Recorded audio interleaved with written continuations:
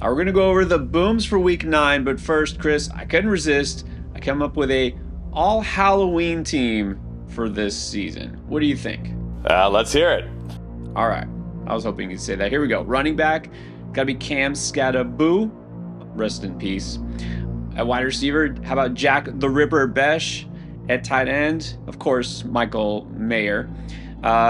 Quarterback, Joe Flacco, could be the mummy. Kicker, how about Jake Norman Bates? At defense, you got the Houston Texans Chainsaw Massacre. Look, that's really, really good. Well done. But I got to ask, who's going to coach this team? I'm glad you asked. It's got to be Art the Clown Smith. All right, well, maybe none of those players are going to make the list for booms in week 9, but we'll tell you who did make the list. First, real quick, if you haven't done it yet, this is the perfect time to subscribe to this channel. We're on the way to 100K. Help us out. Join our cause. All right, so you want to know who is going to slay in week 9 and kill it for your fantasy team. Here we go. How about a running back who did nothing last week because, bye weeks. So Kyren Williams has been mostly kind of a set and forget, a solid, high-end RB2, low-end RB1, however you consider him for your team. There have been some questions, not really in terms of his production, but what happens with Blake Corum? He's actually kind of eating into Kyren's touches, and this team has actually been really pass heavy. I mentioned it when I talked about Matt Stafford in the waiver wire video. They are now leading over the past month in neutral pass rate. So, what if Kyren just isn't getting the volume anymore? And that is something I'm not concerned about whatsoever, and you shouldn't be either. It feels maybe like Blake Corum has been more involved, but yet Kyren is still one of the leading bell cows in the NFL. In fact, he is 7th on the season in team snap percentage. He's on the field almost all the time, and he is 10th in terms of team rush share. He is still getting the lion's share of carries, and he's been productive. He's been efficient. He's scoring touchdowns. He's still the main guy in the Sean McVay offense. There shouldn't be any concerns here. And in terms of expected fantasy points overall, he's top 25 among all skill players on the season.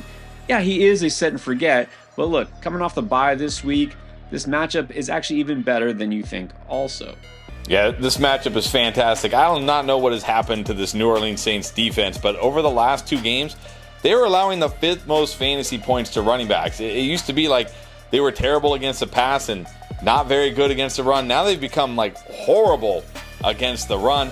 Also, you look at it, fantasy points data, a site we love, we use all the time. I know I use all the time. They have their offensive line versus defensive line matchups. This week, they give the Rams offensive line the 8th best matchup versus the Saints defensive line. So you talked about it. They should dominate the front here. They should have no problem against this defensive front. But even better, this is what you always like for your running backs. The Rams are a massive 14-point favorites at home against Tyler Shuck. They should be winning this game very, very comfortably, which means tons of Kyren Williams carries, tons of chances for him to score touchdowns. And you know what? Speaking of touchdowns, on this video last week, we took Derrick Henry to score a touchdown on the underdog. He didn't score 1, he scored 2. Let's run it back with Kyren. Let's take Kyren Williams higher than half a touchdown on underdog. Let's pair that with that new customer pick you're going to get, Josh Allen. Just doing anything. You put those two together. It's an easy win right there. Just make sure when you join Underdog, you use promo code ENDGAME, because not only are you going to get that free Josh Allen pick, but you're going to get a deposit match, 50% up to $1,000 in bonus cash. Plus, put just $5 on this pick'em, and they're going to give you an extra $100 in bonus cash, whether you win or lose. All right, let's go with another veteran running back who has been good, but maybe a little more uneven than a guy like DeAndre Swift of the Bears. Now, let's face it, it's been a little Jekyll and Hyde for Swift this season. The whole first month, he was looking actually droppable, and I hope you didn't drop him, because he's come back in a big way since their bye. In fact, the Bears' offense looked very different as a whole. They decided, we're going to try to actually run the ball with fidelity. But also an interesting thing happened. They actually are using Swift a little bit less, and he's become better for it. Maybe this is one of those running backs. I always say there's just some guys who aren't meant to be a bell cow. And Swift has become much more efficient since he's gotten a little bit fewer carries, and we've seen Kyle Monungai get involved. Look, every game since the bye, DeAndre Swift has averaged over 4 yards per carry. He had only done that once before the bye. He was just looking he was looking like he was done, honestly. It's amazing, the transformation here. Now, last week it wasn't a great statistical week, only 45 rushing yards and 11 carries, and so you might say, well, what if this is like a takeover? I've heard it. A lot of people like, what if Mungai now is going to be in an even split with him? That's not the case, right? He only got 45 yards because he only had 11 carries because they were losing early and they wound up just playing from behind the whole time. They just couldn't run the ball as much as they wanted to. And even with that, Swift still scored 15 fantasy points in PPR because he got in the end zone and he caught some passes. Swift is still a solid, pretty much set and forget, I think. I mean, he's facing the Bengals, though. This is just a set and thrive. Like, there's no question here. You almost have to start DeAndre Swift, don't you? You do have to start DeAndre Swift. Last week, I put Breece Hall on the booms for this specific matchup, and I'm going to mirror almost everything I said about Breece Hall last week just with DeAndre Swift. In fact, like maybe our editor John can just take the clip from last week and just splice in Swift wherever I said Breece Hall, and we can just, move on with it. No, just kidding. Let's actually break it down here, though. But you look at it, the Bengals are now allowing not just the most fantasy points to running backs, they're the only defense allowing over 30 points per game to running backs, 33.3 points per game. They're the only defense that has allowed over 1,000 rushing yards. They're allowing by far the most yards per carry to running backs at 5.27. Like I talked about with Breece Hall last week, I said, hey, Breece Hall, most of his runs are those zone runs. DeAndre Swift, 60% of his runs are zone runs. Bengals allowing the highest yards per carry against those zone runs, 5.73 yards per carry on those zone runs. And if all that isn't enough to convince you to start DeAndre Swift this week, which you really shouldn't need a ton of convincing, how about this? I talked about that fantasy points, offensive line versus defensive line matchup. The Bears are number one this week against the Bengals, just like the Jets were last week against the Bengals. You've got to take advantage of this matchup for DeAndre Swift. And look, the time we're recording this, they're saying Joe Flacco may not play this week. If he doesn't play, we don't really have to worry about the Bears getting games scripted out by the Bengals here. But either way, this is too good of a spot for DeAndre Swift. You have to start him this week. Now let's go to a receiver who, kind of a similar situation here. DK Metcalf has been solid, pretty much all season. I can't say spectacular, right? You don't feel like he's single-handedly leading you to victories in any given week, but he hasn't also been bad. Although the last couple of weeks, you're probably disappointed, right? Only 55 and 50 yards each of the past 2 weeks. And now you wonder, well, since the Steelers bye, are they trying to get more guys involved, right? We've seen some of the tight ends actually do something. Is there something going on here? Is DK going to be maybe tapering off? Are they going to trade for a receiver? As we keep hearing, the Steelers, they want somebody. And so far their answer is to, pull MVS off the street and put him in the Steelers uniform. But look, unless that happens and they actually land a big fish somehow in the trade market, which I don't anticipate. But look, DK Metcalf is the guy there in that receiving room. And in fact, he is one of the top in terms of target share. He's been dominating for this team. He is also top 10 in air yard share among all receivers here with at least 25 routes. Now, last week, I think some of his mediocre output was due to a tough matchup against that Packers defense. Week before that, it was a really bad defense with Cincinnati, but you just mentioned this is the worst run defense in the league. You don't really even have to pass it a lot against Cincinnati. Well, this week, they're probably going to need to pass a lot. Yeah, I definitely think they're going to need to pass a lot this week. You look at it right now, the game has a 50-point total for Vegas. That's the fifth highest total of the slate, but the Colts are only favored by 3, so this could actually turn into one of those sneaky, high-scoring games where both teams are scoring a bunch of points, because we know this Steelers defense can't stop anybody, and this Colts offense looks unstoppable. So this is probably a game where, Aaron Rodgers is going to have to throw it way more than Art the Clown Smith and the Steelers want him to. But even besides that, this is a great matchup for DK Metcalf against these Colts. They're allowing the 9th most fantasy points to wide receivers. We know DK Metcalf, he's on the outside about 80% of the time. But what I really love, why I really picked out this matchup here, is because their stud corner, Charvarius Ward, who, according to Pro Football Focus, is the second best corner in the NFL. He's missed the last 3 weeks. He's on IR. Remember, he got before the game in week 6, he collided with his teammate and got his second concussion of the year. He's been on IR since, not even eligible to play this week. And you look at their other 3 remaining outside corners. Yes, Kenny Moore is a good corner, but he's their slot corner. Their other 3 remaining outside corners, they rank 74th, 93rd, and 103rd, respectively, out of 113 graded corners. They're not very good, and they're not going to be able to stop DK Metcalf in a game where Aaron Rodgers and the Packers are going to be playing from behind probably the whole game and having to throw a ton. You gotta love DK Metcalf's upside this week. Well, let's stay in that same matchup, but flip it, because we're going to talk about Michael Pittman, receiver for the Colts, facing the Steelers. Now, on the other hand, you might question, well, if this Colts offense, against this Steelers defense, they're going to be favored, right? They're going to put up a lot of points, and think, well, isn't that probably bad for the passing game? I mean, Jonathan Taylor, I think everybody knows right now, looks like the front runner for MVP, Offensive Player of the Year, everything. How is this good for a wide receiver like Michael Pittman?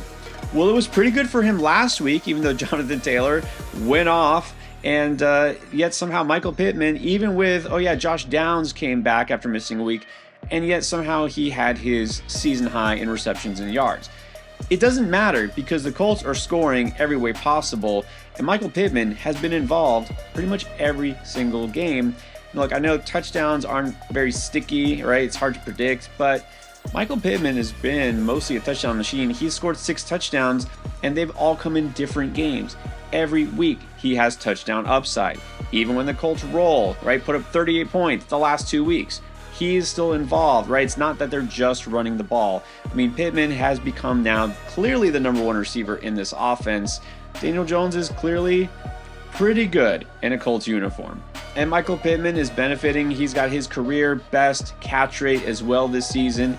And this defense is definitely going to work in Pittman's favor, regardless of how this game goes. Absolutely. We just talked about it. I mean, the Steelers are vying for the worst defense this year. I mean, they might end up there at the end of the season, them or the Bengals or maybe a couple others here. But also, you look at it, they're allowing the 3rd most fantasy points to wide receivers lined up outside. Pittman takes about 70% of his snaps on the outside. But what I really love about this matchup is the Steelers play the 5th most man coverage. Michael Pittman hasn't just been great against man coverage. He's legitimately been one of the best wide receivers in the NFL against man coverage this year. You look at it right here on this chart. Fantasy points per route run against man coverage. You have A.J. Brown as number 1 at 1.02 fantasy points per route run against man. That's an insane number. I mean, it's like every route he runs, he scores a fantasy points, basically. Puka Nacua right there behind him at 0.97. And then who's number 3? Michael Pittman at 0.80 fantasy points per route run. That means every time he runs a route against man coverage, he gets like 3/4 of a fantasy point. Against a team that runs the 5th most man coverage, he's going to run a lot of routes against man coverage this week, and they're not even a good defense on top of it. Michael Pittman should absolutely continue to roll this week. Score another touchdown, probably be better even than he was last week. You got to lock Michael Pittman into all of your lineups. And then one more veteran receiver, this one a lot more experienced. Keenan Allen, maybe not in his prime anymore, but it's not like he's exactly a zombie or anything like that.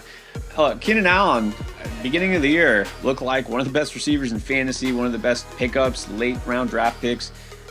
I get it. Again, like some of these players we're discussing, tailed off. You might be concerned. Like, do I really want to start Keenan Allen, or do I go with another option that has more upside? It's been a little harder to predict. Now we got a guy like Oronde Gadsden, the tight end, who is going off here. So Keenan Allen is going to be one of those players every week you question, what do you do? But on the same hand, you have to realize that, well, he has still been pretty efficient. It's just what happened the first 3 weeks, he scored a touchdown every game, and the touchdowns, they've kind of come and gone here. He hasn't done it every week, but it was just 2 weeks ago he had his best game of the season, right? He has not disappeared like Quentin Johnston. Which, by the way, Quentin Johnston has disappeared. He is no longer a factor here. So the Gadsden thing doesn't affect Keenan. It's affected Quentin Johnston. But Keenan Allen is still a very important part of this really good offense, which has a really good matchup. And by the way, it's very important to know that Keenan Allen, in any matchup going forward, where you're facing a team that plays heavy zone, he actually has almost twice as high target per route run rate to all the other Chargers receivers, even Ladd McConkey, which actually might play in his favor quite well this week. Yeah, there's a couple things you talked about here that really play into his favor. Let's start with Oronde Gadsden. What we've seen, the change, you mentioned it, is that with Gadsden playing more, he's taken more slot snaps, which has pushed Keenan Allen more to the outside. Keenan Allen, you look at it on the year, playing 59% of his snaps out wide, but over the last 3 weeks, since the emergence of Gadsden, that number has jumped up to 65%. That is great for Keenan Allen in this specific matchup because the Titans allow the 8th most fantasy points to outside wide receivers. Not to mention, L'Jarius Sneed, one of the top corners, is out. He's the outside corner, so they're down a corner there. You also talked about it. The Titans are a very zone-heavy team. They play zone about 79% of the time, 7th most. You look at it right here. Fantasy points per route run among Chargers wide receivers. He is more than double Ladd McConkey, Trey Harris, and Quentin Johnston in fantasy points per route run. At this stage of his career, Keenan Allen absolutely destroys zone, whereas Ladd and QJ are better against man. But even then, look at him among all wide receivers in fantasy points per route run against zone coverage. He ranks 9th, right there with guys like Amon-Ra St. Brown, Emeka Egbuka, Jalen Waddle. These are good, high-end wide receivers, and Keenan is right there with them. This is a great matchup for Keenan Allen this week. I think he's the Charger wide receiver. It feels like every week, it's like one of these guys goes off. You don't know which one it's going to be. I think this week, it's going to be Keenan Allen. But there's another younger wide receiver here that I know you feel especially good about given his matchup in Week 9. Yeah, there's not many weeks I feel good about Marvin Harrison Jr., but this is the week I feel like you got to fire up Marvin Harrison Jr. going up against that Dallas Cowboys defense. Right now, they're allowing the most yards and touchdowns and the 2nd most yards per target and fantasy points to wide receivers lined up on the outside. And this is despite the fact that they have only faced the 12th most targets to wide receivers on the outside. So they're giving up the most or 2nd most in those stats, despite the fact that 11 teams have been targeted more on the outside than the Dallas Cowboys. That just shows you how bad they've really been. But this is something I found very interesting and kind of funny, honestly.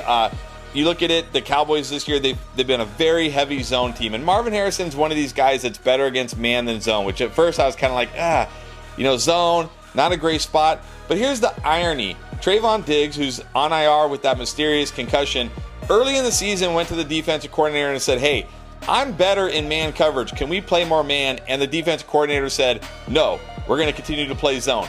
But look at it over the last 2 games with Trayvon Diggs out with that concussion. They've played the 2nd most man coverage of any team in the league. It's like, are they trolling Trayvon Diggs? What is going on here? It doesn't make any sense to me. But what it does make sense is it's good for Marvin Harrison because, like I said, he's much better against man than zone. So this actually favors him if they're going to continue to run man, which why wouldn't they continue to run man like they have the last 2 weeks? Also, I talked about this when I talked about the sneaky starts video. It didn't work out for Marvin Mims, but I like Marvin Harrison's chances better. The Cowboys allow the most receptions, yards, and touchdowns on throws of over 20 yards. Harrison ranks 4th among all wide receivers in 20-plus yard targets per game. This feels like a week where he hits on one of those long touchdowns, not to mention gets involved many other ways. In this matchup against this version of the Cowboys defense, you got to start Marvin Harrison Jr. All right, now we have a rookie, a wideout who everybody's talking about, Travis Hunter. 2 weeks ago, I said if he's still out there on waivers, you need to grab him at the very least and stash him. And then last week, I said just get him, right? Make sure you get him if for some reason he's out there. Been talking him up, and I get it. Everyone else is interested here too because he finally, right before the Jags bye, had his first 100-yard game, his first touchdown. All this talk about BTJ. There's a lot of narrative going around here about Hunter taking over and BTJ, who knows? And we try to be very careful not to focus on the narrative, but the numbers, right? You got to look at the stats and all that. Now, to some extent, I will say it just makes sense that they give Hunter the ball more and just keep him out there on offense, right? But the numbers say the same thing. This has already been happening, right? We don't have to trust what you think Liam Cohen means by his comments or whether you feel like they should do this. They're doing it. his route participation has been steadily climbing up to 90% back in week 7, and his target share was 30%.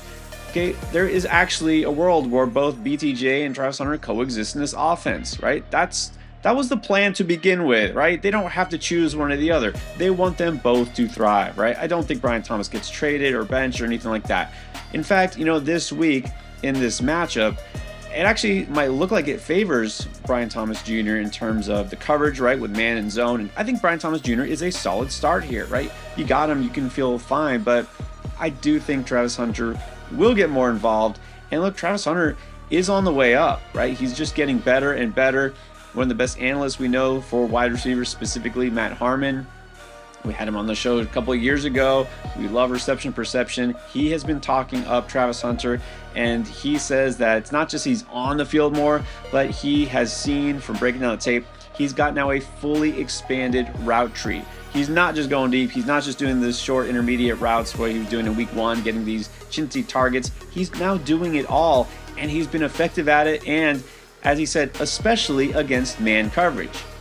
Now here's the thing, here's the funny thing, a lot like what you just said, Chris, with the man zone thing, for Dallas. So Travis Hunter is really good against man. He's not bad against zone, but he faces the Raiders this week, who happen to run the lowest rate of man coverage among all defenses. But you know what? I don't care, because I'm not going to let that sway me away from Hunter, because he's not bad versus zone. He's just much better against man. He's so good against man. He's up there with guys like Ladd McConkey, Jalen Waddle, and Justin Jefferson in terms of his yards per route run against man. But he is getting better each week, and so these numbers you have to take with a grain of salt, because over the last couple weeks, they're improving. And before the bye, when Hunter had his first big game, he faced the Rams defense. The Rams are also bottom 10 in man coverage. So don't let this sway you, and don't worry about Travis Hunter. I almost worry it's a trap, but look, the numbers say that Hunter is due to start having an even bigger role than he's had. I want to find out. I want to chase that boom week this week against a pass funnel defense of the Raiders. All right, we'll see if those players wind up being scary good in week 9. But look, if you haven't figured out your entire lineup yet, don't worry. We got you covered every position. Start, sit advice, and more is all here in the playlist.